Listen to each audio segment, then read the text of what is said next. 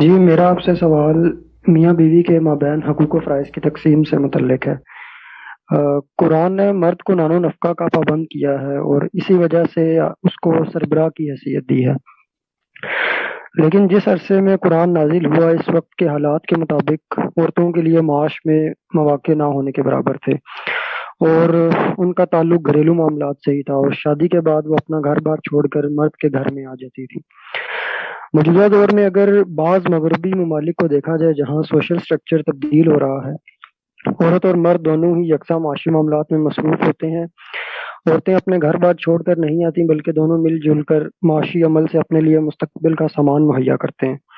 کیا ایسی صورتحال میں بھی مرد پر ہی فرض ہے کہ وہ حق مہر، نان و نفقہ اور بچے کی کفالت خود کرے؟ کیا اس معاملے میں عورت پر بھی کچھ فرائض عائد کیے جا سکتے ہیں؟ جی شکریہ۔ عورت پر فرائض عائد کرنے کا نتیجہ نزاع ہوگا۔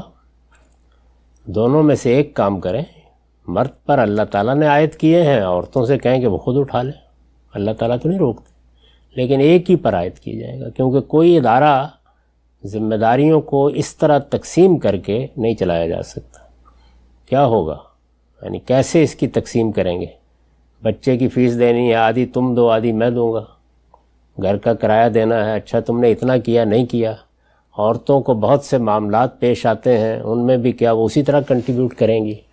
تو اس لیے اس کو لوگوں پر چھوڑ دیا، وہ آپس میں طے کر لیں، جس طرح گھر چلانا چاہتے ہیں، اچھا چلانا چاہتے ہیں، مل کے کنٹریبیوٹ کرنا چاہتے ہیں کریں، لیکن ذمہ داری کیسے ڈال دی جائے؟ ذمہ داری تو ایک پر ڈالی جائے گی، اللہ نے مرد پر ڈال دی ہے۔ شادی کرتے وقت طے کر لیں کہ عورت اٹھا رہی، اس کے نتیجے میں سربراہی بھی منتقل ہو جائے گی۔ میں نے تو جگہ جگہ خواتین سے پوچھا ہے کہ آپ تیار ہیں؟ کوئی نہیں اٹھانا چاہیے۔ چلیے شکریہ بہت۔ کنٹریبیوٹ کرتی ہیں، ان کا شکریہ ادا کرنا چاہیے، ان کی تحسین کرنی چاہیے، اور اس کے نتیجے بھی کچھ نکلے ہیں۔ یعنی مردوں کے ہاں جو کچھ بے روی پیدا ہو جاتی تھی، وہ خام خواہ تشدد کرتے تھے یا بعض موقع پہ برتری جتاتے تھے، عورتوں کو تنگ کرتے تھے، اس میں کمی آئی ہے۔ یہ اچھی بات ہوئی ہے کہ عورتیں کما رہی ہیں اور تعلیم یافتہ بھی ہو گئی ہیں، وہ ذمہ داریوں میں بھی شریک ہیں، لیکن ذمہ داری ڈالنا اور ذمہ داری میں اپنی مرضی سے خوش دلی سے شریک ہونا دو الگ الگ باتیں ہیں۔ جی بہت شکریہ سر۔